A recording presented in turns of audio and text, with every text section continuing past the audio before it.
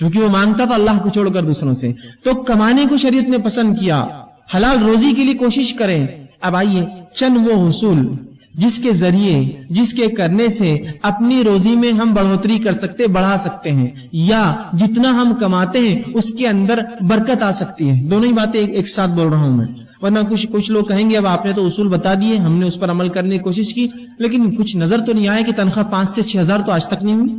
تو میں رزق کے حصول بتاؤں گا، تنخواہ بڑھانے کے حصول نہیں بتاؤں گا۔ رزق، اور رزق میں اولاد بھی شامل ہے، اچھی صحت شامل ہے، دنیا کی نعمتیں اور مال بھی شامل ہے۔ تو رزق کے حصول کیسے ہم رزق کمائیں، اور ساتھ میں جتنا آپ کماتے ہوں گے اللہ اس میں برکت بھی دے گا۔ یہ بات آپ نے دیکھی ہوں گی، میں بھی دیکھ چکا ہوں کہ وہ کچھ لوگ ہوتے ہیں جن کی تنخواہیں بڑی کم ہوتی ہیں، لیکن اللہ ایسی برکت دیتا ہے ان کی تھوڑی سی کمائی میں کہ وہ خود بھی اپنا کر لیتے ہیں، لوگوں کو صدقہ اور خیرات بھی کرتے ہیں، پڑوسیوں کی مدد بھی کرتے ہیں، اللہ کے دین پر بھی خرچ کرتے ہیں، حالانکہ بہت قلیل تنخواہیں، بہت تھوڑی تھوڑی تنخواہیں ہوتی ہیں۔ یہ بات میں نے خود دیکھی ہے۔ تو وہ جو حصول میں انشاءاللہ آپ کے سامنے رکھوں گا، جو باتیں بتاؤں گا، اس پر عمل کیا جائے تو یا تو آپ کے رزق میں اللہ بڑھوتری کرے گا، یا جتنا ہے اس میں ایسی عظیم برکت دے گا کہ آپ خوش اور مطمئن ہو جائیں گے اس رزق سے۔ یہ بڑی اہم بات ہے۔ اب یقیناً ایک درس میں، ایک لیکچر میں مکمل پورے شرائط، پورے اصول بتانا میرے لیے ناممکن ہے، تو میں نے 10 کو چنا ہے، 10 ایسے اصول، ایسی باتیں، ایسی کنجیاں رزق کی جس کو اگر ہم اصولوں کو مان لے، اس کے مطابق زندگی گزارے، اس پر عمل پیرا ہو اور دل میں یہ اعتماد اور توکل رکھے، بھروسہ رکھے کہ اللہ اس کے ذریعے دیں گا، تو انشاءاللہ العزیز ضرور ہمارے رزق میں جو ہے بڑھوتری ہوں گی، اللہ اس میں ضرور برکت دینے والا ہے۔ تو ایسے 10 اصول میں نے چنے ہیں، 10 کنجیاں میں آپ کے سامنے رزق کے حصول کے رزق میں بڑھانے کی انشاءاللہ آپ کے سامنے رکھوں گا، لیکن یہ مکمل نہیں ہے۔ یہ کئی باتیں جو کتاب و سنت نے بتائی ہے، ان میں سے چند میں آپ کے سامنے رکھنے کی کوشش کر رہا ہوں۔ آئیے اب کس طرح سے ہم اپنے رزق میں اضافہ کریں، اس کا پہلا اصول جو شریعت نے بتایا ہے، یقیناً اس کی ترتیب میری اپنی دی ہوئی ہے، اس کی ترتیب میری اپنی دی ہوئی ہے، لیکن باتیں اللہ کی کتاب، اس کے رسول کی سنت سے میں نے اہمیت کے اعتبار سے ان کو ترتیب دینا مناسب سمجھا۔ پہلی چیز جو ہم کریں گے جس سے ہمارے رزق میں بڑھوتری ہوگی، اضافہ ہوگا، فائدہ ہوگا، وہ سب سے پہلی چیز ہے توبہ اور استغفار۔ توبہ اور استغفار یہ سب سے پہلی چیز ہے رزق کے حصول میں، اس کی چابیوں میں، کہ اگر ہم چاہتے ہیں ہمارا رزق بڑھے، اس میں برکت آئے، مال و دولت اور بچے اولاد کے اندر اور ہماری دنیا کی نعمتوں میں اضافہ ہو، تو سب سے پہلا کام جو کرنا ہوگا توبہ اور استغفار۔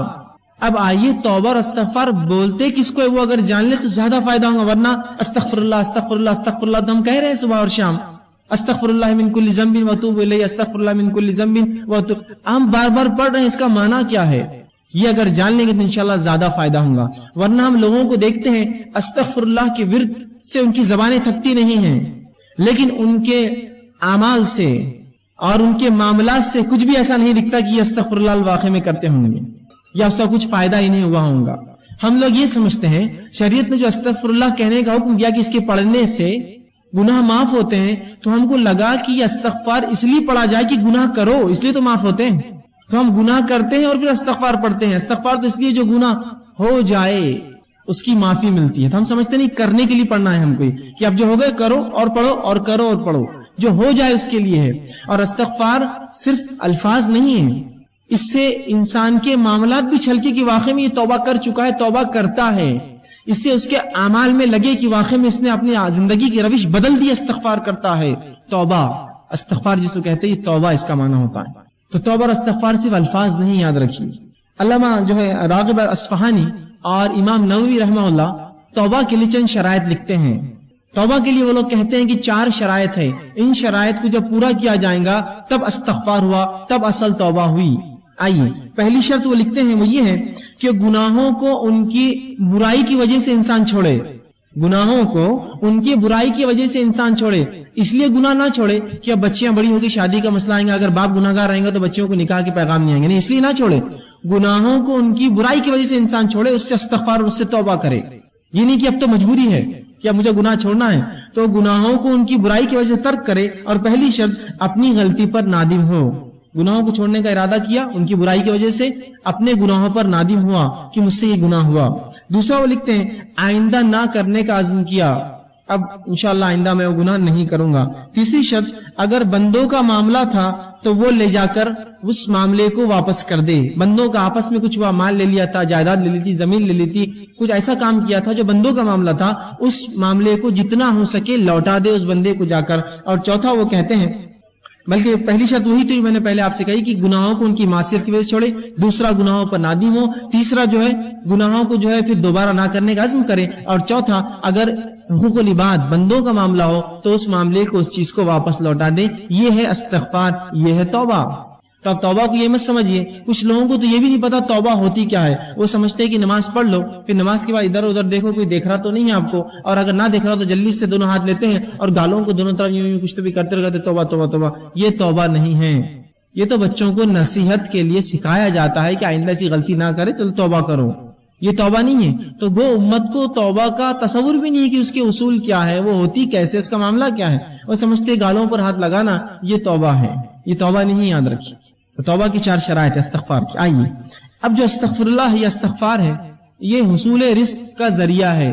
یہ کرنے سے رزق میں اضافہ ہوتا ہے. اس کے دلائل کیا ہیں؟ آئیے ہم قرآن سے دیکھتے ہیں. اللہ رب العزت قرآن میں فرماتا ہے، سورہ نوح سورہ نمبر 71 اور آیت نمبر 10 سے لے کر 16 میں اللہ فرماتا ہے اور کہتا ہے، فَقُلْتُ اسْتَغْفِرُوا رَبَّكُمْ إِنَّهُ كَانَ غَفَّارًا. پھر آگے فرماتا ہے، يُرْسِلِ السَّمَاءَ عَلَيْكُمْ مِدْرَارًا وَيُمْدِدْكُمْ بِأَمْوَالٍ وَبَنِينَ وَيَجْعَلْ لَكُمْ جَنَّاتٍ وَيَجْعَلْ لَكُمْ أَنْهَارًا. یہ واقعہ یوں ہے کہ نوح علیہ السلام نے اپنی قوم کو دعوت دی، اسلام کا پیغام پہنچایا، قوم نے انکار کیا. اس کے بعد اللہ رب العزت کے سامنے نوح علیہ السلام جاتے ہیں اور کہتے ہیں، اے اللہ یہ رپورٹ ہے میری، یہ کنکلوژن ہے میرا اس قوم کے تعلق سے کہ اے میرے رب، انہوں نے کہا فَقُلْتُ اسْتَغْفِرُوا رَبَّكُمْ إِنَّهُ كَانَ غَفَّارًا. اے اللہ میں نے اس قوم کو بار بار کہا، اے میری قوم اپنے رب سے توبہ کرو اپنی شرک اور گناہوں کی وجہ سے، یقیناً وہ تم کو معاف کرنے والا ہے. اب اگر تم استغفار کرو گے تو فائدہ کیا ہوگا؟ فرمایا یرسل السماء علیکم مدرارا. اگر تم استغفار کرو گے میری قوم تو اللہ آسمان سے تمہارے لیے بارش برسائیں گا. یرسل السماء علیکم مدرارا، موسلا دھار زبردست بارش برسائیں گا. پہلا فائدہ استغفار کا. پھر آگے اللہ نے کہا، نوح علیہ السلام کہتے ہیں مدرارا وَيُمْدِدْكُمْ بِأَمْوَالٍ وَبَنِينَ، اور اللہ تمہارے مال میں اور اولاد میں اضافہ کریں گا، بالخصوص مال میں اور لڑکوں میں تمہارے اضافہ کریں گا. کیا کرو گے تو؟ استغفار کرو گے تو. وَيَجْعَلْ لَكُمْ جَنَّاتٍ وَيَجْعَلْ لَكُمْ أَنْهَارًا، اور تمہارے لیے بہترین باغ بنائیں گا، باغات کو نکالیں گا. وَيَجْعَلْ لَكُمْ أَنْهَارًا، اور تمہارے لیے بہترین نہریں نکالیں گا. اگر کیا کرو گے تو؟ استغفار.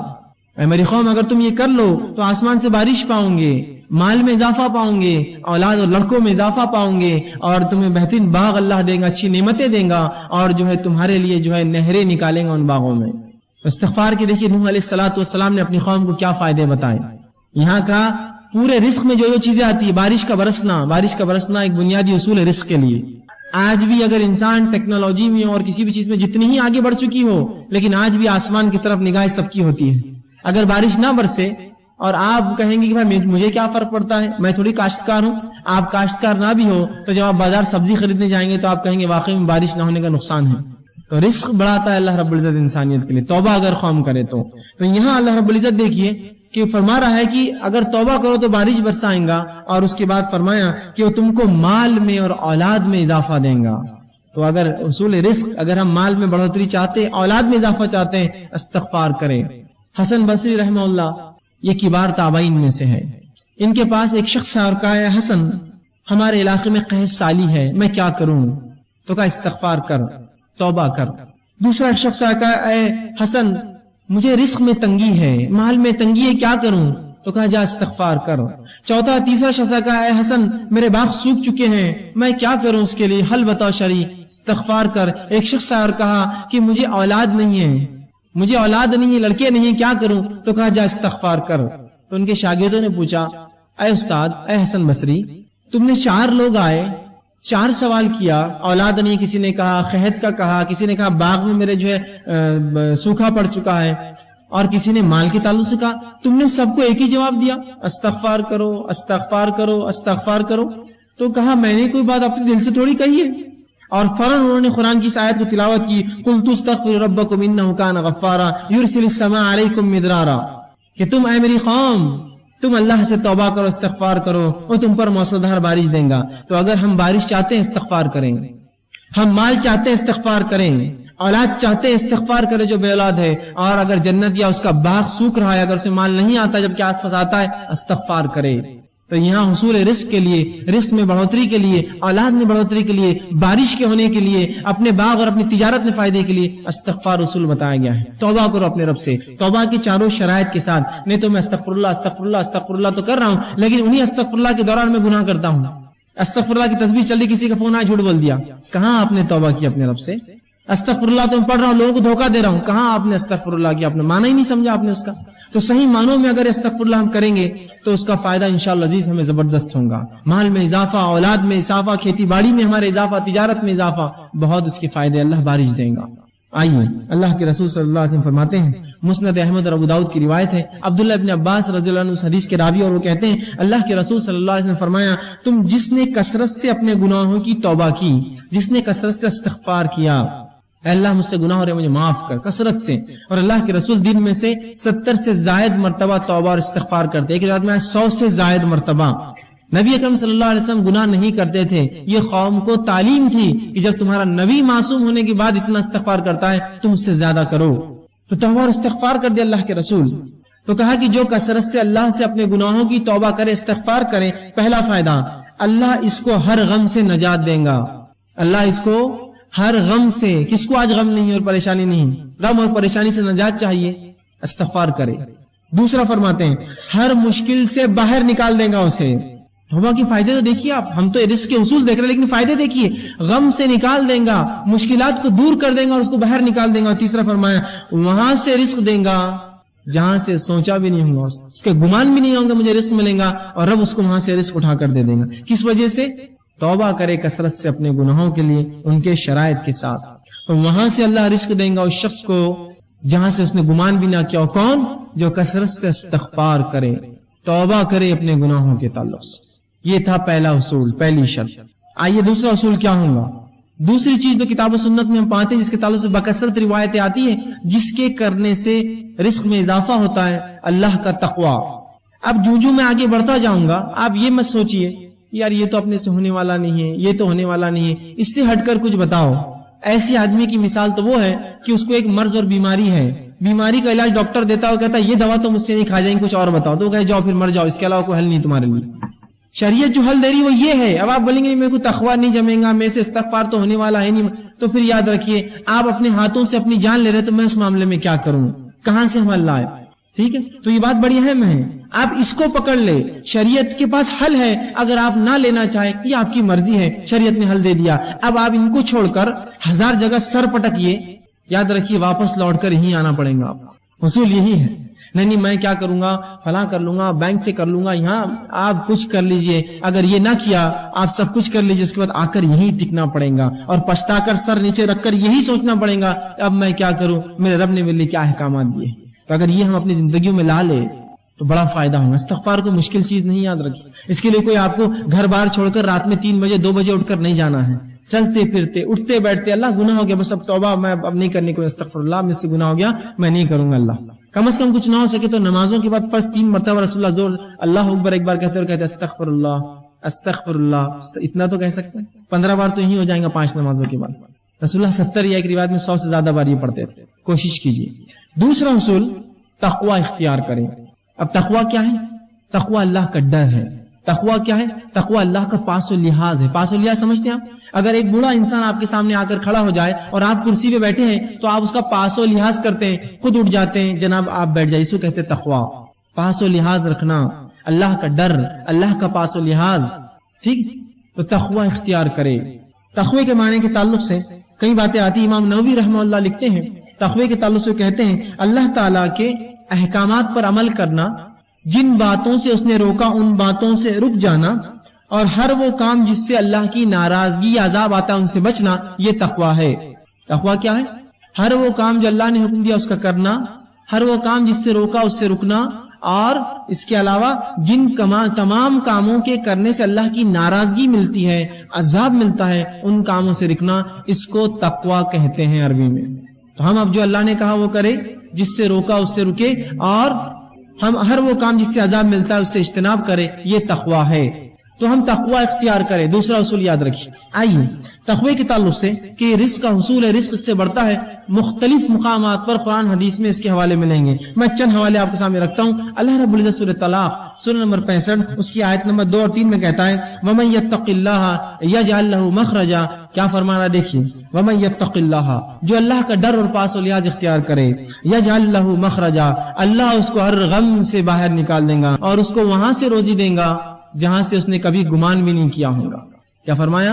وَمَن يَتَّقِ اللَّهَ يَجْعَل لَّهُ مَخْرَجًا، جو اللہ پر جو ہے اس کا تقوی اختیار کرے گا اللہ اس کو ہر غم سے نجات دے گا اور وہاں سے روزی دے گا جہاں سے اس نے سوچا بھی نہ ہوگا، گمان بھی نہیں کیا ہوگا، اس کی عقلیں گئی بھی نہیں ہوں گی وہاں تک. صرف ایک عمل کیجئے، تقوی اختیار کیجئے، زبردست عظیم فائدے کہ وہاں سے رزق دیں گا جہاں سے سوچا نہ ہوگا اور ہر غم سے اس کو نجات دیں گا. اس آیت کے تعلق سے یجعل لہ مخرجا کے تعلق سے عبداللہ ابن عباس رضی اللہ عنہ فرماتے ہیں، اس کی تفسیر میں کہتے ہیں اس کو دنیا اور آخرت کے ہر غم سے باہر نکالیں گا، یجعل لہ مخرجا کے تعلق سے. اور اسی آیت کے اس جملے کی تفسیر میں عبداللہ ابن مسعود رضی اللہ عنہ فرماتے ہیں اور کہتے ہیں ان اکبر آیات من قرآن فرجا، غموں کو، مصیبتوں کو اور پریشانیوں کو دور کرنے والی قرآن کی سب سے عظیم آیت ہے. جو شخص اللہ کا تقوی ڈر اختیار کرے اللہ کیا کرتا ہے اس کے لیے یجعل لہ مخرجا، ہر غم سے نکلنا، ہر مشکل سے نکلنا آسان کرتا ہے اور وہاں سے روزی دیتا ہے جہاں سے اس نے گمان بھی نہیں کیا تھا. تقوی اختیار کیجیے، اللہ کا عظیم فائدے اس دنیا میں اٹھائیے، عظیم فائدے، ہر غم سے نجات اور رزق میں اضافہ. اسی طرح اللہ رب العزت قرآن میں سورہ اعراف سورہ نمبر 7 آیت نمبر 92 میں فرماتا کہتا ہے وَلَوْ أَنَّ أَهْلَ الْقُرَىٰ آمَنُوا وَاتَّقُوا لَفَتَحْنَا عَلَيْهِمْ بَرَكَاتٌ مِّنَ السَّمَاءِ وَالْأَرْضِ، کہ اگر یہ بستی والے ایمان لائے، وَلَوْ أَنَّ أَهْلَ الْقُرَىٰ آمَنُوا، اگر اس بستی والے ایمان لائے، وَاتَّقُوا اور اللہ کا ڈر اختیار کرے، لَفَتَحْنَا عَلَيْهِمْ بَرَكَاتٍ مِّنَ السَّمَاءِ وَالْأَرْضِ، تو ہم ان کے لیے آسمان اور زمین کے برکت کے دروازے کھول دیں گے. کس کے لیے؟ جو ایمان لائے اور اللہ کا ڈر اختیار کرے، اللہ آسمان اور زمین کے دروازے اس کے لیے رزق کے کھول دیں گا، برکت کے دروازے کھل جائیں گے اس کے لیے جو اللہ کا تقوی اور ڈر اختیار کرے. دیکھیے کیسا عظیم فائدہ ہے اللہ کا ڈر اور تقوی اختیار کرنے کہ اللہ آسمان و زمین کی برکت کے دروازے کھول دیتا ہے. آج دیکھیے کبھی بارش تو ہوتی ہے، کھیتی فصل تو آتی ہے، پیسہ بھی کبھی ہاتھ لگتا ہے، برکت کہاں ہے اس کے اندر؟ ایک زمانہ تھا، آپ نے بھی سنا ہوگا، میں نے بھی سنا ہے کہ لوگوں کی تنخواہیں 100-200 روپے، 40 اور 50 روپے ہوا کرتی، لیکن حالات یہ تھے ایک ایک انسان 10-10, 20 اور 25 لوگوں کو پالتا تھا اپنے گھر میں. اتنی برکت تھی اس روپے میں. آج ہم ہزاروں اور لاکھوں کما کے بھی 2 اولاد کو پالنا ہمارے لیے مشکل ہے. یہ تو برکت چھین گئی زمین و آسمان ہم جو دیتی تھی، ہم کو جو فائدے تھے، اس لیے کہ ہم نے ایمان لا کر اللہ کا ڈر دل میں نہیں رکھا. صرف ایمان نام کو لایا، مسلمان ہے. اگر ڈر رکھتے تو اللہ آسمان و زمین کی برکت کے دروازے اس بستی والوں پر، ایمان والوں پر کھول دیتا. اور یہ توحید کی برکت ہے، یاد رکھیے. اور جس قوم نے توحید کو اپنایا اللہ نے اس کے لیے زمین و آسمان کے دروازے برکت کے کھول دیے. اس کے نمونے آپ دیکھ سکتے ہیں ان قوموں کے تعلق سے جو قومیں کسی زمانے تک پستی میں رہیں اور اس کے بعد اللہ رب العزت کو ڈر اختیار کیا اور توحید پر آئی. اللہ رب العزت نے زمینوں کے نیچے سے خزانے ان کے لیے کھول دیے. جب انہوں نے اللہ کا ڈر اور تقوی اختیار کیا اور توحید پر اڑ گئے تو اللہ نے ایسی جگہ سے روزی دی جہاں سے گمان بھی نہ کی ہوں گی. کس نے گمان کیا تھا؟ ان علاقوں کو جن کو بنجر زمین اور چٹیل ریگستان مانا جاتا تھا کہ اس کی زمین کے نیچے سے سونا اگلیں گی وہ زمینیں اور پیٹرول کی شکل میں مادے نکل رہے ہیں. آج دنیا اس کا فائدہ اٹھا رہے ہیں، ممالک اس کا فائدہ اٹھا رہے ہیں. کبھی کیا گمان میں کیا ہوگا ممالک نے کہ زمین کے نیچے اللہ نے ان کے لیے ایسے رزق رکھے؟ تو توحید کی برکت ہے، یاد رکھیں. جو قوم توحید پر آ جائیں گی اللہ آسمان و زمین کے دروازے کھول دیں گا، وہاں کھول دیے ان کے لیے. یہ فائدہ ہوتا ہے بستی والوں کو کہ اگر وہ ایمان لائے، جیسا حق ہے، تقوی اختیار کرے اللہ کا، تو ایسی جگہ سے رزق دیتا ہے گمان نہ کیا ہوگا اور آسمان زمین کی برکت کے دروازے ان کے لیے کھول دیتا ہے. تو یہ بڑی اہم چیز ہے، یاد رکھیں اللہ کا ڈر اور تقوی اختیار کریں. اسی طرح عبداللہ ابن عباس رضی اللہ عنہ فرماتے ہیں اور کہتے ہیں اس آیت کے تعلق سے اس کی تفسیر میں کہتے ہیں لا وسعنا علیہم الخیر ویسرناہ لهم من کل جانب، کہ اس آیت کے تحت جو بات سمجھ میں آتی وہ یہ ہے کہ ہم ان کے لیے خیر کو عام کر دیتے ہیں. زمین آسمان اور زمین کی جو برکت کے دروازے کھول دیے جاتے ہیں، اس کا معنی وہ کہتے ہیں عبداللہ ابن عباس رضی اللہ عنہ کہ اس کا معنی یہ ہے کہ اللہ ان کے لیے جو ہے ہر جانب خیر عام کر دیتا ہے اور اس کو حاصل کرنا ان کے لیے آسان کر دیتا ہے. خیر کو اللہ عام کر دیتا ہے ایسی قوم کے لیے اور حاصل کرنا اس سے زیادہ اس کو آسان کر دیتا ہے. کبھی خیر تو عام ہوتا ہے لیکن حاصل نہیں کر پاتے ہم اس سے، تو خیر کو عام کرتا ہے اللہ اور اس کو حاصل کرنا آسان کرتا ہے. تو دیکھیے اللہ کا ڈر اختیار کرنے کا فائدہ کیا ہے. زمین و آسمان کی برکتیں اور ساتھ میں ایسی جگہ سے روزی اور رزق جہاں سے گمان نہ کیا. آئیے اسی طرح جو ہے تیسرا اصول تقوی کے بعد جو تیسری چیز اپنی زندگی میں ہم لائیں گے جس سے ہم کو یہ فائدہ ہوگا کہ ہم رزق کی کنجا حصول رزق کے لیے جو رزق میں بڑھوتری زیادہ کرنے کے لیے جو ہم کریں گے وہ یہ ہے اللہ تعالیٰ پر توکل، بھروسہ، اعتماد. آج مسلمان کو جب بھی رزق کی تنگی آتی ہے، رزق کی کمی ہوتی ہے، چاہے اولاد کی شکل میں، باغات یا مال تجارت میں گھاٹے کی شکل میں، یا اسی طرح جو ہے اور بھی قسم کی کوئی تکلیف آتی ہے، وہ سب سے پہلے غیر اللہ کے پاس بھاگتا ہے اللہ پر توکل چھوڑ کر، اور ان سے مانگتا ہے کہ مجھے دو. کہاں سے ملیں گے پھر آپ کو رزق میں اضافہ؟ اللہ سے آپ مانگے، اس پہ کامل توکل اور بھروسہ کریں. اور اس کے تعلق سے توکل کسے کہتے ہیں یاد رکھ لیجئے. امام غزالی رحمہ اللہ کہتے ہیں توکل کے تعلق سے اپنی کتاب احیاء علوم الدین کے اندر وہ لکھتے ہیں اور کہتے ہیں توکل یہ ہے کہ دل کا اعتماد صرف اسی پر ہو جس پر بھروسہ کیا گیا ہو. دل کا مکمل اعتماد اس ذات پر ہو جس پر بھروسہ کیا ہو، اور مکمل طور پر اس پہ توکل کرے جس کا اس نے دعویٰ کیا ہو. اگر ایک شخص یہ کہتا ہے میں مسلمان ہوں اور رب پر میرا توکل بھروسہ ہے، اب مکمل طور سے اس پر اعتماد کرے کہ ہاں رب مجھے دینے والا ہے، اب ضرورت نہیں شک و شبہ کی. مکمل اعتماد کرے اس ذات کے اوپر جس کا اس نے نام لیا ہے، اس پہ اعتماد. یہ ہے توکل، بھروسہ، اعتماد جس کو عام زبان میں کہیں. اسی طرح امام مناوی کہتے ہیں توکل کے تعلق سے اس کا معنی لکھ کر کہتے ہیں کہ توکل بندے کے اظہار عجز ہے. بندہ اللہ کے سامنے عاجز ہو جائے، اللہ میں کچھ نہیں کر سکتا ہوں، بس میں عاجز ہوں تیرے سامنے، تجھ سے ہی مانگتا ہوں مکمل طور سے. اور جس پر توکل کیا گیا ہے اس پر مکمل بھروسہ کرے. تو ایک مومن توکل کرے کس پر؟ اللہ پر. اس سے رزق میں بڑھوتری ہوتی ہے. اب اس کے تعلق سے کہ توکل رزق کے بڑھانے کا سبب ہے، اس کے تعلق سے کئی روایتیں آتی ہیں. مسند احمد کی اور ترمذی کی روایت ہے جس میں اللہ کے رسول صلی اللہ علیہ وسلم فرماتے ہیں، عمر بن خطاب اس کے راوی ہیں، اور وہ کہتے ہیں اگر تم اللہ تعالیٰ پر ایسا بھروسہ کرو، اللہ کے رسول نے فرمایا کہ اگر تم اللہ تعالیٰ پر ایسا توکل، اعتماد اور بھروسہ کرو جیسے پرندے توکل، اعتماد اور بھروسہ کرتے ہیں کہ وہ ہر صبح خالی پیٹ اپنے گھروں سے نکلتے ہیں اور شام بھر پیٹ گھر لوٹتے ہیں، تو اللہ بھی تمہیں ویسا ہی رزق دیں گا جیسے پرندوں کو دیتا ہے کہ وہ خالی پیٹ اپنے گھروں سے نکلتے ہیں اور شام بھر پیٹ لوٹتے ہیں. توکل کا فائدہ کہ اگر تم اللہ پر ویسا توکل کرو جیسا پرندے کرتے ہیں تو اللہ بھی تمہیں رزق دیں گا کہ وہ صبح اپنے گھر سے بھوکے پیٹ نکلتے ہیں اور جب رات لوٹتے ہیں تو بھر پیٹ لوٹتے ہیں. لیکن ایک بات یہاں سمجھنے کی بڑی اہم ہے، جب میں توکل کی بات کر رہا ہوں تو کوئی یہ نہ کہے کہ میں نے اللہ پر مکمل توکل کر لیا اور اب میں کچھ بھی نہیں کرتا ہوں. ایسے بہت سے لوگ ہوتے ہیں جو اپنی کوتاہیوں کو، کاہلیوں کو شریعت اور دین پر ڈالتے ہیں. میں نے اللہ پر توکل کر لیا تو اس کا کیا مطلب؟ کیا تم کام دھندا چھوڑ دو، تجارت چھوڑ دو، دنیا سے بیزارگی اختیار کر لو؟ نہیں، اس کا مطلب یہ نہیں ہے. اس کا مطلب یہ نہیں. توکل کا یاد رکھیے. حدیث کیا کہہ رہی ہے؟ پرندے گھر سے نکلتے ہیں خالی پیٹ، نکلتے ہیں اور بھر پیٹ لوٹتے ہیں. تو یہاں کوشش کرنا ہے. پرندے گھونسلوں میں بیٹھ کر توکل نہیں کرتے ہیں کہ اللہ دیں گا. پرندے اپنے گھروں سے نکلتے ہیں، رسول اللہ فرماتے ہیں، اور شام بھر پیٹ لوٹتے ہیں. آپ بھی اللہ پر بھروسہ کیجئے، گھر سے نکل جائیے، انشاءاللہ رب ہم کو جو ہے ضرور روزی دیں گا اور شام ضرور بھر پیٹ لوٹیں گے. لیکن پرندے جو ہوتے ہیں ان کا معاملہ تھوڑا انسانوں سے مختلف ہوتا ہے، یہ بھی بتا دوں.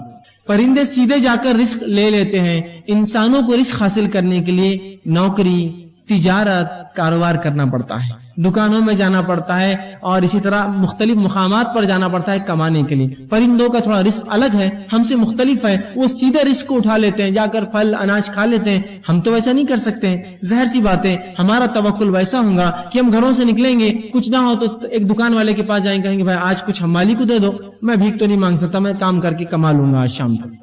نکلے تو صحیح. تو ہمیں کالج، اسکول اور مکاتب، اسی طرح جو ہے اپنے آفیسز اور جو ہے اپنے کام کی جگہوں پر جانا پڑے گا، تب ہم جو ہے شام بھر پیٹ لوٹیں گے. یہ معنی ہے. ورنہ کوئی کہے میں نے اللہ پر توکل کر لیا، بس میرا پورا اعتماد ہے کہ اللہ مجھے دینا چاہیں گا تو دیں گا، نہیں تو نہیں، میں گھر میں ہی رہوں گا. تو ایسا انسان یاد رکھیے اگر جو ہے کسی ایسے جھاڑ کے نیچے بھی لیٹا جہاں بہت زیادہ پھل پک کر گرتے تب بھی پھل بہت مشکل سے اس کے منہ میں آ کر گرے گا. یہ توکل نہیں ہے، یہ توکل نہیں. ٹھیک ہے. تو توکل کا معنی یہ ہے کہ آپ کوشش کریں اللہ پر بھروسہ رکھتے ہوئے اللہ ضرور آپ کو رزق دیں گا. کوشش کریں. تو اس کا مطلب یہ نہیں آپ کوشش چھوڑ دیں. اور کیوں نہ ہو، اللہ سورۃ طلاق 65 آیت نمبر 3 نے فرماتا ہے وَمَن يَتَوَكَّلْ عَلَى اللَّهِ فَهُوَ حَسْبُهُ. جو اللہ پر بھروسہ اور اعتماد کرتا ہے اللہ سے کافی ہو جاتا ہے، اللہ اس کے لیے کافی. یاد رکھیں. لیکن کوشش یہ زیادہ ضروری ہے، شک اور شبہ میں نہ پڑے آپ. ورنہ بہت سے لوگ ہوتے ہیں کہتے ہیں بھائی کیوں محنت کر رہے ہو، مشقت کر رہے ہو، بس اللہ اللہ کرتے رہو، جتنا دینا اللہ دیں گے. ارے بھائی کوشش ضروری ہے، کوشش کے بعد تمام چیزیں ہیں. ٹھیک. اللہ کے رسول صلی اللہ علیہ وسلم کے پاس ایک شخص آیا، ابن حبان کی روایت ہے، عمرو بن امیہ رضی اللہ راوی ہے، وہ کہتے ہیں کہ رسول اللہ صلی اللہ علیہ وسلم کا ایک شخص آیا اور اس نے کہا اللہ کے رسول میں اپنی اونٹنی کو کھلا چھوڑ دیتا ہوں اور اللہ پر توکل کرتا ہوں، بھروسہ کرتا ہوں. رسول اکرم نے کہا نہیں، تو اس کے گھٹنے کو پہلے باندھ دے پھر اللہ پر توکل کر. سمجھے آپ توکل کا معنی؟ تو کوشش کر لے اس کو بچانے کی، کیوں بھاگ کر نہ جائے، پھر اللہ پہ بھروسہ کر. تو اونٹنی کو کھلا چھوڑیں گے اور اللہ پہ بھروسہ کریں گے تو بھاگ جائیں گی. پھر تو جو تیرے ماتحت کوشش ہے وہ کر لے کہ اونٹنی کے گھٹنے کو باندھ دے، پیر کو باندھ دے، پھر اللہ پر بھروسہ کر، پھر انشاءاللہ العزیز جو ہونا ہے وہ اللہ کریں گا. لیکن یہ نہیں کہ آپ کو کوشش نہ کرے اور کہیں میں نے اللہ پر توکل کر لیا، اب اللہ میرا رزق میرے گھر میں بھیج دیں گا، میں بیٹھا رہوں گا. ایسا نہیں ہونے والا. یاد رکھیے پرندے نکلتے ہیں اللہ پر بھروسہ کر کے، شام بھر پیٹ لوٹتے ہیں. نکلیے، کوشش کیجئے، جائیے تو یہ معاملہ ہوگا. لیکن ہمارے پاس ایک عجیب مسئلہ ہے. ہم نے کام کو چھوٹے اور بڑے معاملوں میں تقسیم کر دیا، چھوٹے کام اور بڑے کام. اور شریعت نے جہاں اچھا اور برا نہیں کہا، اچھے کام اور برے کام بھی ہم نے کر لیے. کوئی کام جب تک حلال ہو اچھا اور برا نہیں ہوتا، سب اچھے ہیں. اگر حلال ہے تو اچھا ہے. کوئی انسان اگر جوتا بھی اگر سیتا ہے تو وہ بھی اچھا کام کرتا ہے، کوئی غلط نہیں. ہاں اگر کوئی بہت کماتا اور حرام کام کرتا ہے تو وہ کام غلط ہے، بلکہ اس کے کہ اس نے حلال کام کرا ہے، جوتا سی رہا ہے، جھاڑو مارتا ہے، حمام اور پیخانے لوگوں کی صاف کرتا ہے، وہ حلال کام ہے اس کے لیے، بلکہ اس کے کہ حرام کام کریں. لیکن ہمارا مسئلہ یہ، وہ ڈگری وہ پوسٹ ملی تو میں جاؤں گا، نہیں تو میں کام نہیں کروں گا. پھر ایسے لوگوں کے لیے توکل اور بھروسہ اور تقویٰ کچھ کام نہیں آنے والا. یہاں نکلنے کے معنی میں آپ جائیے، کوشش کیجیے. آپ کوشش نہیں کریں گے اور بولیں گے میں سیدھا جاؤں اور ایک مالدار انسان بن جاؤں تو یہ ہونے والا ہے نہیں.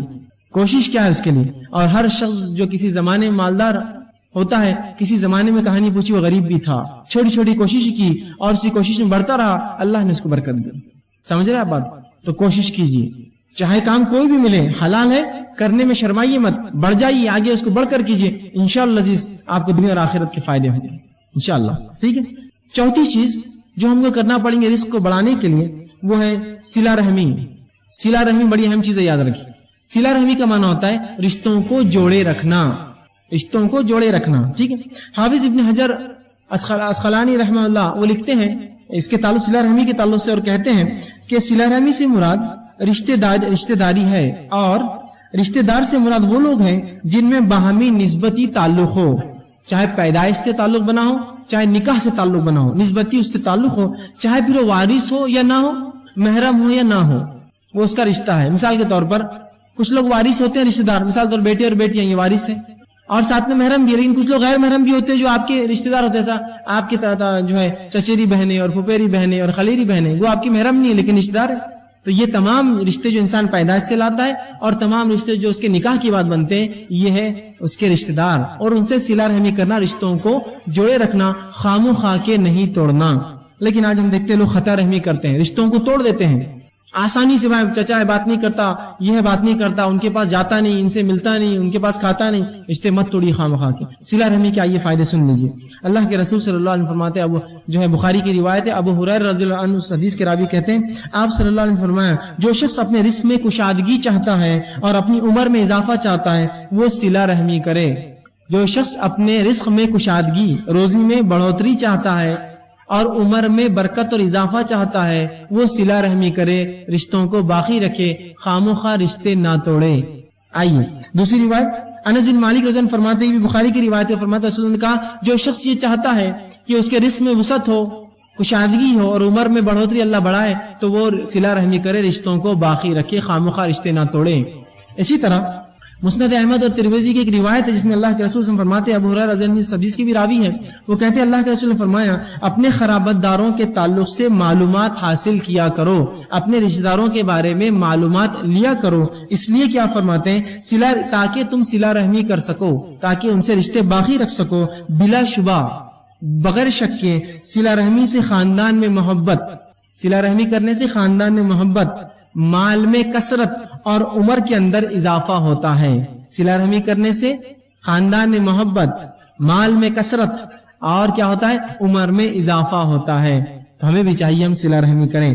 اسی طرح طبرانی کی ایک روایت ہے جس میں آپ صلی اللہ علیہ وسلم فرماتے ہیں اور صلہ رحمی کا ایک ایسا عظیم فائدہ بتاتے ہیں. حضرت علی رضی اللہ عنہ حدیث کے راوی وہ کہتے ہیں جو شخص اس بات کو پسند کرے جو شخص اس بات کو پسند کرے کہ اس کی عمر میں اضافہ ہو اور اس کے رزق میں وسعت ہو اور اس سے بری موت سے اللہ بچا لے اور دور کر دے، وہ صلہ رحمی کرے۔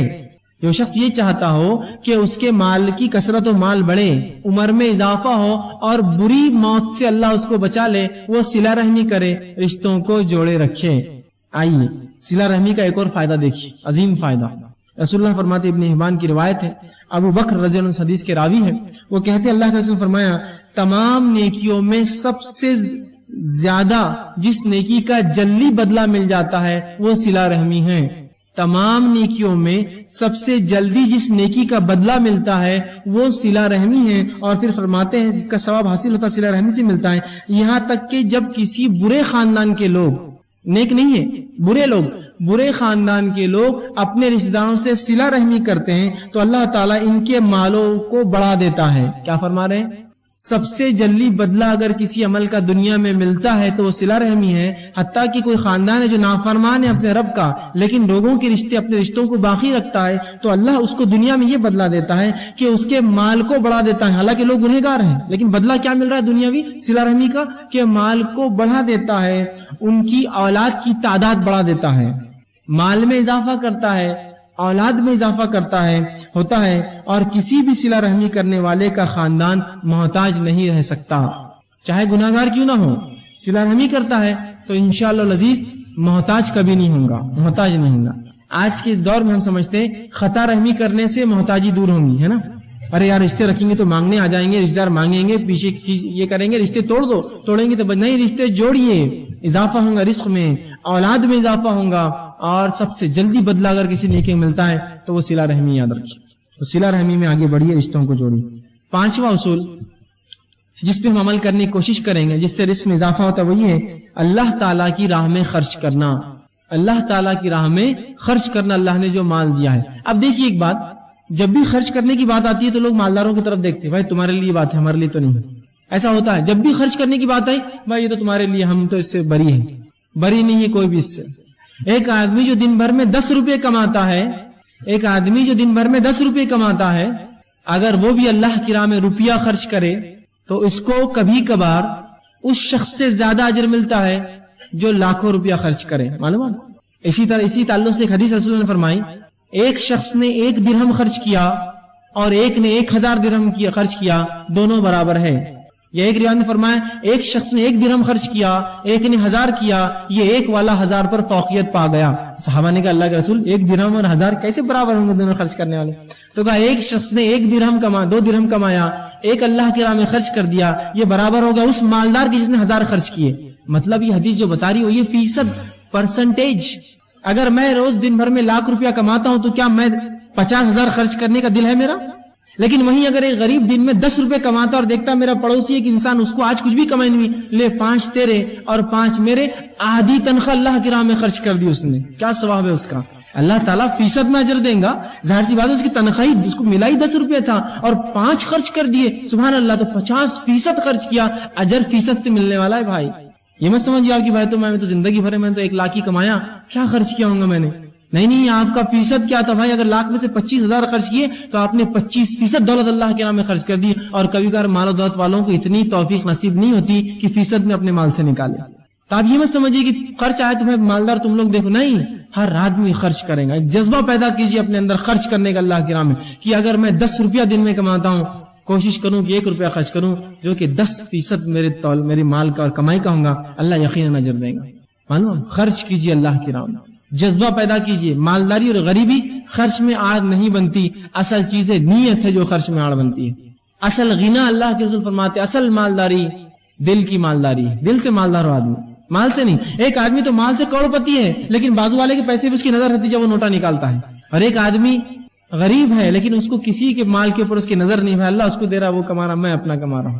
تو غنا، مالداری تو اصل دل کی مالداری ہوتی ہے، پیسے اور نوٹوں سے انسان مالدار نہیں ہوتا۔ کبھی تو کچھ لوگ پیسے کما کے اور غریب بن جاتے ہیں، کہ پہلے جو ہے کھاتا پیتا تھا، اب پیسے خوب کما رہا تو اب صرف چنے پہ گزارا کرتا ہے، اس لیے کہ وہ اور جمع کرتا ہے۔ تو غنا دل کا ہوتا ہے، مالداری دل سے ہوتی ہے، دل سے مالدار بنیے، اللہ کی راہ میں خرچ کیجیے، اللہ دیتا ہے، یاد رکھیں۔ اور ایسے لوگوں کی مثالیں میں آپ کو دے سکتا ہوں جنہوں نے اپنی زندگی میں چھوٹے چھوٹے کام کیے اور اللہ کی راہ میں ایسا پیسہ خرچ کیا کہ انہوں نے بڑی بڑی مساجدیں بنائی.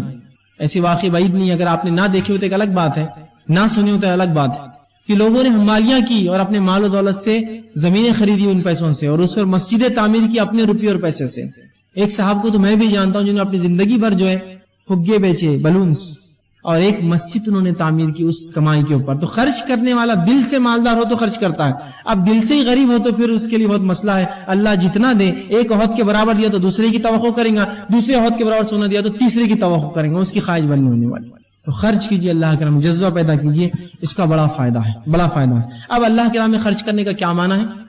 جہاں جہاں اللہ نے حکم دیا وہاں خرچ کیجیے. یتیموں میں, مسکینوں میں, فقیروں میں, مسافروں کے اندر, وہ لوگ جن کی گردنیں جو ہے دبی ہوئی ہے بوجھ کے تحت, ادھار جن پر ہے ان میں, جو لوگ جو ہے اسلام پر چلنے کی بنیاد پر جیلوں میں ڈال دی گئی ان کے چھڑانے کے لیے مختلف جگہ جہاں شریعت نے حکم دیا اللہ کی راہ میں خرچ کیجیے, یاد رکھیے. اب آئیے, خرچ کرنے سے مال و دولت میں اضافہ ہوتا ہے, اس کے دلائل سن لیجیے. اللہ رب العزت سورہ سبا سورہ نمبر 34 آیت 39 میں فرماتا اور کہتا ہے وَمَا أَنفَقْتُم مِّن شَيْءٍ فَهُوَ يُخْلِفُهُ, اور آگے فرماتا وَهُوَ خَيْرُ الرَّازِقِينَ, تم جو کچھ اللہ کی راہ میں خرچ کرو گے اللہ اس کو لوٹا دے گا, اور اللہ خیر رزق دینے والا ہے. کیا فرمایا؟ تم جو کچھ اللہ کی راہ میں خرچ کرو گے اللہ اس کو لوٹانے والا ہے. يُخْلِفُهُ, تم کو واپس پلٹائیں گا اللہ وہ چیز. سبحان اللہ. اندازہ لگائیے, دنیا میں اگر ہم کسی پر خرچ کریں, اس کی حیثیت مرتبہ استطاعت کے مطابق خرچ کرتے ہیں کہ یار جتنا خرچ کریں گے اتنا ریٹرن بھی ملے گا, یہ آدمی کی حیثیت زیادہ ہے نا. اندازہ لگائیے, لوگ اللہ کے راہ میں خرچ کر کے سوچتے ہیں ہم غریب بن جائیں گے. ارے کیسے تم غریب بنو گے؟ تم سوچو تو صحیح, کس کے راستے میں تم پیسہ دے رہے ہو؟ کیا وہ ذات تم کو غریب رہنے دیں گی اس کے راہ میں خرچ کرنے کی بات؟ کبھی نہیں ہو سکتا. یاد رکھیے, جو اللہ کے راہ میں خرچ کرتا ہے اللہ اس کو عظیم نعمت عطا کرتا ہے. یاد رکھیے, خرچ کرنے کا جذبہ بنائیے, اور یاد رکھیے اللہ کے راہ میں ہم جیسا خرچ کریں گے ویسا اس کا بدلہ بھی ملے گا. آج ہماری ذہنیتیں اتنی کند ہو گئی ہے, اتنی بگڑ چکی ہے کہ سب سے ناقص, سب سے کمزور, سب سے چھوٹا, سب سے ادنا اور سب سے بیکار قسم کی چیز اللہ کی راہ میں ہم خرچ کرتے ہیں. دلائل کی فہرست لا کر گنا سکتا ہوں. میرے گھر کا کام چل رہا ہے اور میرے گھر کی فرشی کیسی ہونا چاہیے, وہ میرے شان و شوکت اور میرے سٹیٹس کے مطابق ہونا چاہیے. وہیں کوئی کہے کہ بھائی اللہ کی راہ میں کچھ اگر آپ دے دیتے, ایک مسجد, ایک مدرسہ یا دینی کچھ کام ہو رہا ہے, ایک فرشی دے دیجئے, تو وہ کہتا ہے کہ فلاں دکان پہ جاؤ, اس کو فون کر کے بولتا ہے 3rd گریڈ کی یہ سب سے ناقص فرشیاں ہو تو نکال کر دے دو, اس لیے کہ مسجد میں لگنا ہے. میرے گھر کا اگر نل ہو تو سب سے اچھا ہو, کروم پالش ہو, پیتل کا ہو, اس لیے کہ لوہے کا ہوتا ہے تو وہ کھلتا نہیں ہے جلدی. اگر مسجد میں کوئی آیا کہ ہمیں نل چاہیے تو بھائی وہ 4-10-5 روپے کے لوکھنڈی نل لے لیجئے, جس کو فجر میں لوگ پتھروں سے کھولتے ہیں اس لیے کہ وہ ٹائٹ ہو جاتے ہیں, اس کو مارنا پڑتا ہے کھولنے کے لیے. یہ اللہ کی راہ میں, تو تم جو دو گے اس کی راہ میں وہ پلٹا کر اللہ دیں گا. پھر اللہ بھی سب سے ناقص, سب سے فالتو, سب سے ادنا, سب سے بیکار والی چیز ہم کو لوٹا کر دیتا ہے, اس لیے کہ اس کی راہ میں وہی ہم نے دیا ہے. جو دو گے وہ پاؤ گے. ایک آدمی ہے جو مال و دولت میں اچھا امیر آدمی ہے, اس کے اگر وہ آپ کے گھر آیا تو آپ کیسا خرچ کرتے ہیں اس پہ؟ ارے یار اس کی حیثیت بہت ہے, کل اس کے گھر جائیں گے تو اپنے کو ملے گا, کرو خرچ. تو اللہ کی راہ میں خرچ کرنے کو ہوتا جو دنیا کو کھلاتا ہے, جس نے ہم کو دیا اور جو آگے بھی دیں گا, اس کے راہ میں تم ہلکا ہوتے. اور جیب میں جب ہاتھ ڈالتے ہیں, جب اللہ کے راہ میں خرچ کرنے کا معاملہ آیا تو اگر موٹا سکہ آتا ہے تو اس کو چھوڑ کے پتلا ڈھونڈتے ہیں اس کے اندر سے, کہ تو یہ موٹا 5 کا ہو گیا ہوں گے, اس کو چھوڑ دو نیچے. لیکن اس سے پتلا اور اس سے چھوٹا اگر کوئی مل جائے تو وہ اللہ کی راہ کے لیے. لیکن وہیں ہزاروں روپئے یا 1000 کی نوٹ, جو سب سے بڑی نوٹ ہے آج ہمارے علاقے کے اندر, یہ نوٹ بھی چھوٹی لگتی ہے جب دوستوں کے ساتھ ہوٹلوں میں جاتے ہیں اور بازاروں میں گھومتے ہیں. 1000 روپئے دوستوں کے لیے کیا میں خرچ کر پاؤں گا؟ یہ تو شرمندگی کی بات ہے, صرف 1000 روپئے اور میرے 5 دوست میرے ساتھ گھوم رہے ہیں. اور وہی اللہ کی راہ میں سب سے ناقص. تھوڑا اپنی ذہنیت کو بدلنے کی زبردست ضرورت ہے. اللہ کی راہ میں سب سے اچھا, سب سے بہتر, اس لیے کہ جس کی راہ میں خرچ کر رہا ہوں یخلفہ, وہ پلٹانے والا ہے مجھ پر. اور اللہ جب پلٹائیں گا تو بہرحال اس کا کیا معاملہ ہوگا اندازہ لگائیے. ایک مالدار کو آپ نے تحفہ دیا, کیا اس سے آپ وہی تحفے کی امید کرتے ہیں؟ ارے نہیں بھائی, وہ تو اپنی حیثیت کے حساب سے تحفہ لائیں گا آپ کے زبردست. تو اللہ دنیا میں بھی پلٹائیں گا, آخرت میں پلٹانے والا ہے. کہا کہ تم جو کچھ خرچ, وما انفقتم من شیء, تم اے مسلمانوں جو کچھ خرچ کرو, شیء فہو یخلفہ, اللہ تمہیں لوٹا دے گا, وہو خیر الرازقین, اور وہ بہتر رزق دینے والا ہے. تو خرچ کیجیے اللہ کی راہ میں, اس کے بڑے ثواب. اسی طرح ابن کثیر رحمہ اللہ اس کی تفسیر کرتے اس آیت کی اور کہتے ہیں تم جو بھی خرچ کرو گے اللہ دنیا اور آخرت میں اس کا بدلہ دے گا. اس کا وہ اس آیت میں وعدہ کر رہا ہے.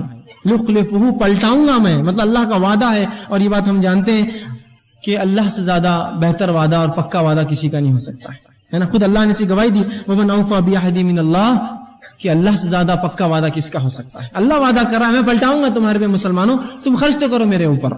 تو ہم جو کچھ اللہ کی راہ میں خرچ کریں گے اللہ وہ ہم کو پلٹا کر دینے والا ہے, یاد رکھیے وہ پلٹانے والا اللہ سبحانہ تعالیٰ. ٹھیک, اسی طرح اللہ رب العزت قرآن میں سورہ بقرہ آیت نمبر 268 میں فرماتا ہے جو کہ خرچ کرنے کے خلاف شیطان کیسا ورغلاتا ہے ایک مومن کو. دیکھیے اللہ فرماتا ہے اور کہتا ہے الشیطان یعیدکم الفقر ویأمرکم بالفحشاء واللہ یعیدکم مغفرۃ منہ وفضلا واللہ واسع علیم. اللہ کہتا ہے الشیطان یعیدکم الفقر, شیطان تمہیں مسلمانوں فقیری کا ڈر دلاتا ہے. ارے اللہ کی راہ میں خرچ کروں گے تو بچوں کا کیا ہوگا, اللہ کی راہ میں خرچ کروں گے تو معاملات کیا ہوں گے, اللہ کی راہ میں خرچ کروں گے تمہارا اسٹیٹس کہاں جائے گا, تم کہاں خرچ کر رہے ہو پیسہ.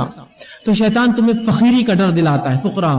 وَيَأْمُرُكُمْ بِالْفَحْشَاءِ, اور تمہیں بے حیائی کا حکم دیتا ہے. کیا کرنے لگاتا ہے, تم کو ڈراتا ہے اللہ کی راہ میں خرچ کرنے سے اور بے حیائی کے کام کراتا ہے. اور اللہ کیا کہتا ہے, دیکھیے اللہ فرماتا ہے وَاللَّهُ يُعِيدُكُم مَغْفِرَةً, اللہ تم کو بلاتا ہے, وعدہ کرتا ہے اپنی مغفرت کا, منہ وفضلا, اور اپنے طرف سے فضل کا, واللہ واسع علیم, اللہ وسعت والا اور علم والا ہے. اس آیت کے تعلق سے جو ہے عبداللہ ابن عباس رضی اللہ عنہ فرماتے ہیں شیطان 2 وعدے کرتا ہے, اللہ 2 وعدے کر رہا ہے. شیطان 2 وعدے کیا کر رہا ہے, خرچ کرو گے تو تم ڈوب جاؤ گے اللہ کے راہ میں, اور فحش کرو, گندے کام کرو. اللہ 2 وعدے کر رہا ہے, خرچ کرو گے تو مغفرت کروں گا اور جو دیا ہے اس کے فضل کو اور بڑھا دوں گا. فضل وعدہ کر رہا ہے, واللہ واسع علیم, اللہ وسعت رکھنے والا ہے, فضل دینے والا ہے.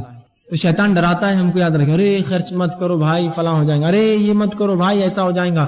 وہ ڈراتا ہے, ڈری مت اس کے بہکانے سے. اور ایک مال تو ایسی چیز ہے, یہ ایسا دوست ہے اور ایک ایسا ساتھی ہے جس کے تعلق سے اللہ کے رسول فرماتے ہیں 3 دوست ہے. 3 دوست ہے. ایک دوست تو وہ ہے جو انسان کے مرتے اس کا ساتھ چھوڑ دیتا ہے, دوسرا دوست وہ ہے جو قبرستان تک ساتھ آتا ہے, اور تیسرا وہ ہے جو خبر میں اور آخرت میں ساتھ آئے گا. پہلا دوست جو سب سے انسان کا پکا دوست ہوتا ہے لیکن سب سے بے وفا ہے وہ مال ہے, مرتے ہی ساتھ چھوڑ دیتا ہے وہ. کیا آپ نے کبھی دیکھا کسی کی موت ہوئی اور اس کی تجوری, اس کے غلے, اس کے بینک بیلنس, اس کے جو ہے شیئرز اور اس کے سرٹیفکیٹس لے کے دفنا کے اس کے ساتھ تیرے ساتھ نہیں ہوتا ہے. حتیٰ کہ اگر کوئی انسان مر جائے اور ہاتھ میں کوئی اس کے چاندی کی کوئی انگوٹھی رہ جائے جس کو نہلا رہے اور پھنس جائے تو لوگ کاٹ کر نکالتے ہوئے 80-90 روپے کی انگوٹھی بھی نہیں چھوڑتے ہیں. ایسا بے وفا ہے. اگر خبر کے اندر کوئی مٹی ڈال رہا اور جیب میں سے کوئی سکہ گر جائے تو بولتا رک جاؤ, پیسہ نہیں. اتنا بے وفا ساتھی ہے, اور اس سے سب سے زیادہ محبت انسان کرتا ہے, سب سے زیادہ اس کے لیے حرام خوری, رشتوں کو توڑتا ہے, لوگوں کو اذیت دیتا ہے, مالوں کو لوٹتا ہے, بیجا وہ کرتا ہے, سب کرتا ہے. یہ ساتھی مرتے ہی آپ کا ساتھ چھوڑتا ہے, بولتا بس میرا معاملہ ختم ہوا. دوسرے ساتھی رشتہ دار جو صرف قبرستان تک دفنانے آتے ہیں, کوئی اپنے ماں باپ کے ساتھ خود دفن نہیں ہوتا, کوئی بیوی بچوں کے ساتھ خود نہیں جاتا. اور تیسرا وہ ساتھی ہے جو ہمارا سب سے کمزور ساتھی ہے, جس کو ہم سب سے ناقص دوست سمجھتے ہیں, جس کو ہم دوستی رکھنا بھی نہیں چاہتے. وہ اعمال ہے جو خبر میں بھی آئیں گے, جو آخرت میں بھی کام آئیں گے. یہ سب سے پکا دوست بنائیے اعمال, اللہ کے راہ میں خرچ کیجیے. ٹھیک, اسی طرح ابو ہریرہ رضی اللہ عنہ فرماتے ہیں, مسلم کی روایت ہے, اللہ کے رسول صلی اللہ علیہ وسلم فرمایا, بڑی زبردست بات کہی, اور دیکھیے کیا فرمایا, یا ابن آدم انفق علیک, اے آدم کی اولاد, اے آدم کے بیٹو, مجھ پر خرچ کرو, میں تم پر خرچ کروں گا. انفق علیک, میں تم پر خرچ کروں گا, تم مجھ پر خرچ کرو, تم میری راہ میں دو, میں تمہیں دوں گا. اب اندازہ لگائیے, اللہ کہہ رہا ہے تم میری راہ میں دو, میں تمہیں دوں گا. اللہ تو دور, اگر دنیا میں کوئی ایک مالدار انسان جو امین ہے, جو امانت دار ہے, آپ کو پتا ہے اور دھوکہ نہیں دیتا, وہ اگر آپ سے کہے کہ جاؤ خرچ کرو میرے نام سے, میں تم کو دوں گا, آپ بولیں گے بھائی تمہارا وعدہ ہے تو پھر تمہیں سب کچھ لوٹا دوں گا اللہ. تو یہ اللہ کہہ رہا ہے اے آدم کی اولاد, حدیث قدسی ہے, تو میری راہ میں خرچ کر, میں تجھ پر خرچ کروں گا. اندازہ لگائیے, جو اللہ خرچ کرنے کی بات کر رہا ہے, تو آپ ایک اورنگ آباد کے مالدار کی حیثیت دیکھیے, اگر وہ آپ سے کہے کہ میں تم پر خرچ کروں تو کیا سوچ رہے ہیں آپ؟ اگر مہاراشٹر کا سب سے مالدار انسان کرے میں تم پر خرچ کروں گا تو کیا سوچ رہے ہیں آپ اسے؟ 200-400 روپے نہیں بھائی, وہ تو بہت دیں گا. اور ہندوستان کا سب سے مالدار انسان کرے ارے میں تم پہ خرچ کروں گا, اور اگر دنیا کا سب سے مالدار انسان کہے کہ خرچ کروں گا تو کیا سوچ رہے ہیں؟ تو اندازہ لگائیے, جو رب ہے دنیا کو پالنے والا, جو رزق دینا, وہ کہہ رہا ہے میں تم پر خرچ کروں گا. کیا امید کرتے ہیں اس سے؟ کیا امید کرتے ہیں اس سے؟ تو اللہ کی راہ میں خرچ کیجیے, اللہ ہم پر خرچ کرے گا. زبردست آفر ہے اللہ کی طرف سے. ٹھیک, تو اللہ کی راہ میں خرچ کرنے کے بڑے فائدے ہیں. ایک حدیث بہرحال آتی ہے جس میں اللہ کے فرماتے ہیں ہر روز 2 فرشتے دنیا میں آتے ہیں. بخاری کی روایت, ابو ہریرہ اس کے راوی ہے, اور ایک کہتا ہے اللہ جو تیرے راہ میں خرچ کرے اس کے مال کو بڑھا, اور دوسرا کہتا ہے اللہ جو خرچ نہ کرے اس کے مال کو گھٹا دے. تو اللہ کی راہ میں جو مال خرچ نہیں ہوتا وہ خود بخود گھٹ جاتا ہے. ٹھیک, اب اسی طرح چھٹی چیز, چھٹا اصول ہم رزق کو بڑھانے کے لیے کیا کریں گے, وہی ہے کمزوروں کے ساتھ احسان کیجیے. کمزور کون ہو سکتا ہے؟ بوڑھے لوگ جو ضعیف ہیں. اور احسان صرف پیسوں سے نہیں ہوتا، یاد رکھیے. ہم سمجھیں تو احسان بولتے صرف پیسے نہیں. ایک مالدار انسان لیکن بوڑھا ہے، اس کی مدد کیجیے، اس پہ احسان ہے آپ کا. کمزوروں کے ساتھ احسان کیجیے. یتیم ہیں، بیوائیں ہیں، مسکین ہیں، بچے ہیں، ہے نا، مصیبت زدہ لوگ ہیں، آفت اور بلاؤں میں پھنسے ہوئے، جیسا زلزلے آ گئی، یہ کمزور لوگ ہیں. مدد کیجیے، ان پر احسان کیجیے، اس سے بھی رزق بڑھتا ہے. اللہ کے رسول فرماتے ہیں، بخاری کی روایت ہے، حضرت سعد رضی اللہ عنہ نے ایک بار یہ شک ہوا اور انہوں نے ایک بار کہا، ان کے ذہن میں خیال آیا جو کہ اللہ کے رسول صلی اللہ علیہ وسلم نے کہہ دیا اور کہا کہ اپنے کمزوروں پہ انہوں نے اپنی برتری کا اظہار کیا. رسول اللہ کے پاس ایک دن گئے اور کہا، اے اللہ کے رسول، ہمارے کمزوروں پہ ہماری برتری ہے.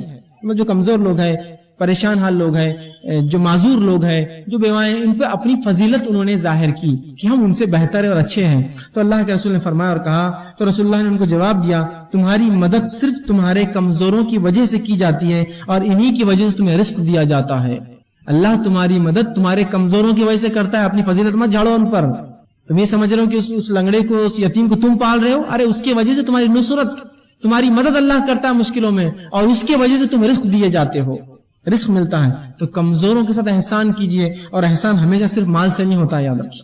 احسان صرف مال سے نہیں ہوتا ہے. خندہ پیشانی سے ملنا، خوش حال سے ملنا، یہ بھی احسان ہے، یاد رکھیے. خوشی سے ملے، میرے بھائی آگے آئیے، یہ ہے کمزور. اور واقعی میں ایک انسان جو کمزور ہے، مصیبت زدہ، پریشان ہے، آپ کی ایک ہنسی اس کے کئی غموں کو دور کر دیتی ہے. ایک ہنسی مسکرا کے مل لیا، میرے بھائی کیسا ہے.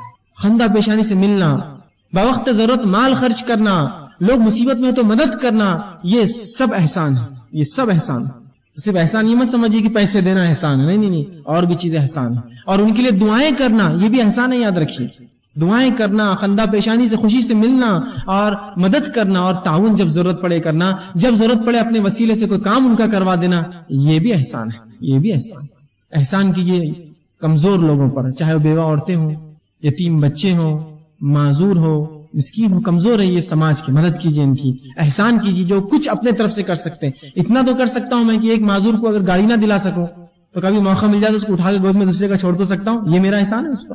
ضروری تھوڑی کہ ہر بار میں پورا کر سکوں. یہ سوچئے، ہم میں وہ جذبہ بھی ختم ہو گیا. کئی بار ہوتا ہے کہ کچھ لوگ دکھتے ہوں گے آپ کو سڑک پر معذور، جو اپنی سائیکل چڑھاتے ہوں گے، چڑھاؤ پر جو چڑھتی نہ ہوں گی، لوگ دیکھتے یہ نکلا کیوں ہوں گا معذور گھر سے باہر. ارے میرے بھائی وہ مصیبت میں، اس کو پہلے دھکا دے کر اوپر چڑھا. عجیب معاملہ ہے. کمزوروں کے تعلق سے اس امت کے پاس کوئی رحم نہیں ہے، بلکہ کمزور لوگ نشانہ اور ٹارگٹ ہے ہمارے لیے کہ ان کو تکلیف دی جائے. اب مل گیا ایک آدمی جس کا مزہ لی جائے. ان پر احسان کیجیے، اللہ نصرت کرے گا، مدد کرے گا ہماری، اور جو ہے رزق اضافہ دے گا. ٹھیک. اسی طرح مسند احمد کی روایت ہے، آپ صلی اللہ علیہ وسلم فرمایا، ابو درداء رضی اللہ عنہ حدیث کے راوی نے کہا کہ میری رضا کمزور لوگوں کے ساتھ احسان کرنے سے حاصل کرو.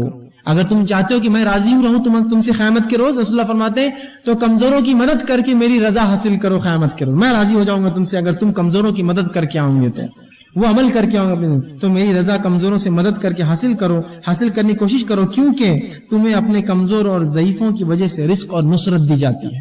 رزق جو ملتا ہے نا، اور جو مدد آتی ہے اللہ کی، یہ کمزوروں کی وجہ سے آتی ہے. تو یہ نہ سمجھے کہ ہم بڑے اونچے ہیں، بلکہ اللہ کا شکر ادا کرے کہ اللہ نے مجھے اچھا رکھا، اب میں ان کی مدد کروں. اس لیے کہ کمزوروں سے جو قوی ہے وہ آزمائے جاتے ہیں، مالداروں غریبوں سے مالدار آزمائے. دنیا میں اللہ آزماتا ہے ایک سے دوسرے کو. جس کو صحت دی اس کو کمزوروں سے آزماتا ہے اللہ، دیکھتا ہے اس کی مدد کرتا ہے کہ. ٹھیک ہے، تو ان کی مدد کیجیے. 7واں پوائنٹ جو چیز ہم کریں گے حصول رزق کے لیے، وہی ہے کہ اللہ کی عبادت کے لیے فارغ ہونا. اس کا بڑا اجر ہے، اس سے رزق میں اضافہ ہوتا ہے. اب میں جب کہہ رہا ہوں اللہ کی راہ میں فارغ ہونا، تو آپ یہ مت سمجھیے کہ اب وہ جو ہے بوریا بستر لے کر اب بولیں گے اب مسجد میں رہنے جا رہا میں، بچوں کو بھائی اب بس اب تم رہو، بہت دن ہو گئے، اب میں اللہ کے راہ میں فارغ ہوں. نہیں، فارغ ہونے کا علماء معنی لکھتے یہ ہے کہ جو کچھ عبادت بندہ کرے خالص اللہ کے لیے کرے اور مکمل خشوع و خضوع سے کرے، یہ ہے اللہ کے لیے فارغ ہونا. مثال کے طور پر مسجد میں جا رہا ہوں نماز کے لیے، تو مکمل خشوع اور خضوع اور اخلاص کے ساتھ نماز پڑھوں تو یہ اللہ کے لیے فارغ ہونا ہوا. سمجھ رہے بات؟ یہ ہے فارغ ہونا. تو یہ مت سمجھیے آپ کے اب سب چھوڑ دینا دنیا آپ کو، نہیں.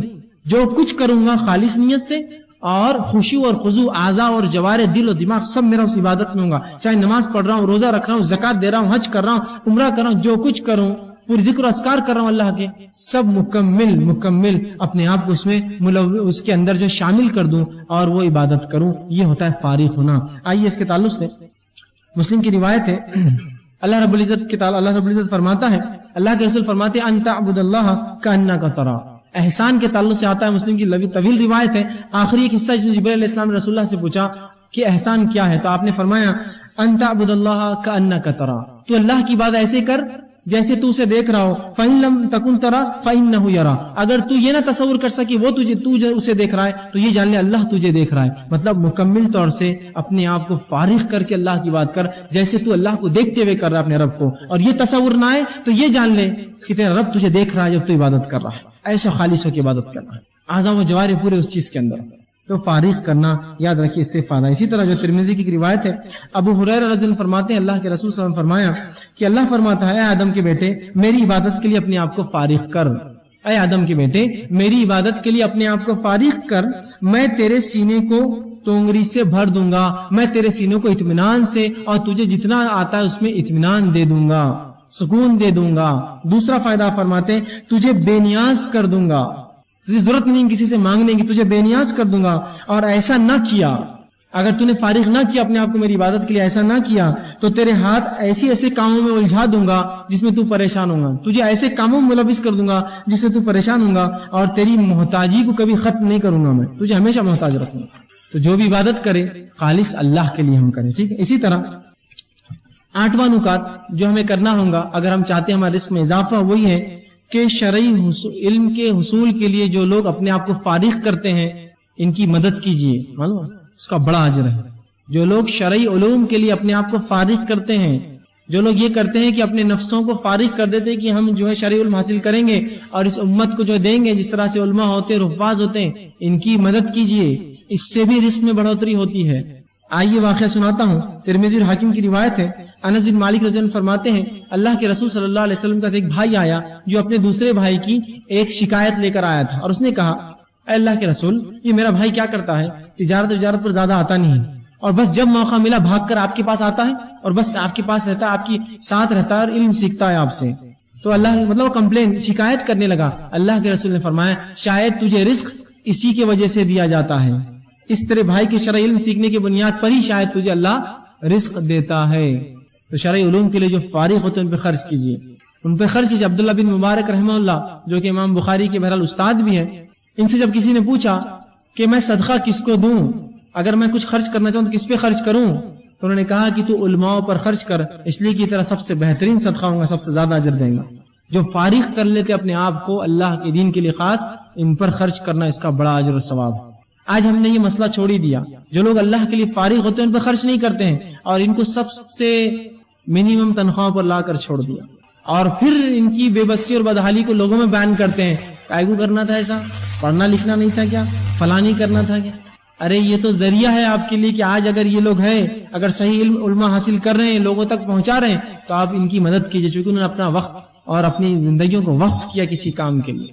لیکن پھر لگاؤں گا علماء حق کے لیے کام کیجیے، علماء سو کے لیے نہیں. ورنہ کچھ لوگ ہوتے ہیں جو لوگوں کے مال پر نظر رکھتے ہیں، صرف اپنی عبادتیں اور اپنا تمام کام لوگوں کے مال کے لیے کرتے ہیں.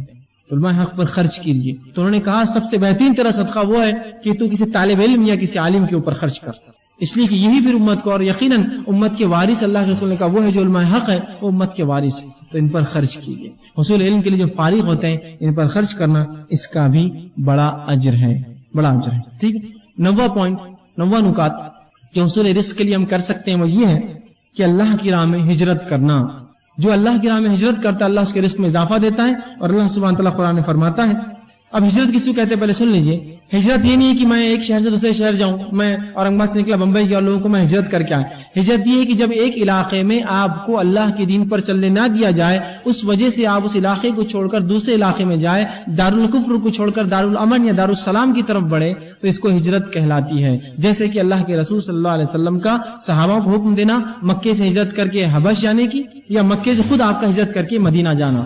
ایک طرف دارالکفر میں سے نکل کر آپ دارالامن میں گئے، کہ تو حبش چونکہ مسلمان ملک نہیں تھا، خالی دارالامن تھا، وہاں تکلیف نہیں پہنچی، اور مدینہ دارالسلام تھا، وہاں مسلمانوں کی حکومت ہو چکی. رسول اللہ جانے کے بعد تو بہرحال پورا مکمل طور سے وہ مسلمانوں کی قبضے میں آ چکا تھا. اس کو کہتے ہیں ہجرت. اللہ قرآن نے فرماتا ہے سورہ نساء آیت نمبر 100 کے اندر کہ جو اللہ کی راہ میں ہجرت کرے گا وہ زمین میں رہنے کی بہت جگہ اور روزی میں کشادگی پائیں گا. تو جو اللہ کی راہ میں عبادت کے لیے ہجرت کرتا ہے اللہ سبحانہ تعالیٰ یاد رکھیے اس کو اجر دیتا ہے. یہ 9واں پوائنٹ تھا. آئیے 10واں پوائنٹ اور آخری پوائنٹ جو ہوگا وہ یہ ہے کہ حج اور عمرے میں مطابقت کرنا. اس سے بھی رزق بڑھتا ہے. حج اور عمرے مطابقت کیا ہے کہ حج کیا علماء لکھتے ہیں کہ حج کیا اور پھر اس کے بعد عمرہ کیا، پھر حج کیا، اس کے بعد حج آیا، پھر عمرہ، مطابق ایک کے بعد ایک عمرے اور حج کو کرنے سے بھی اللہ رزق میں اضافہ دیتا ہے.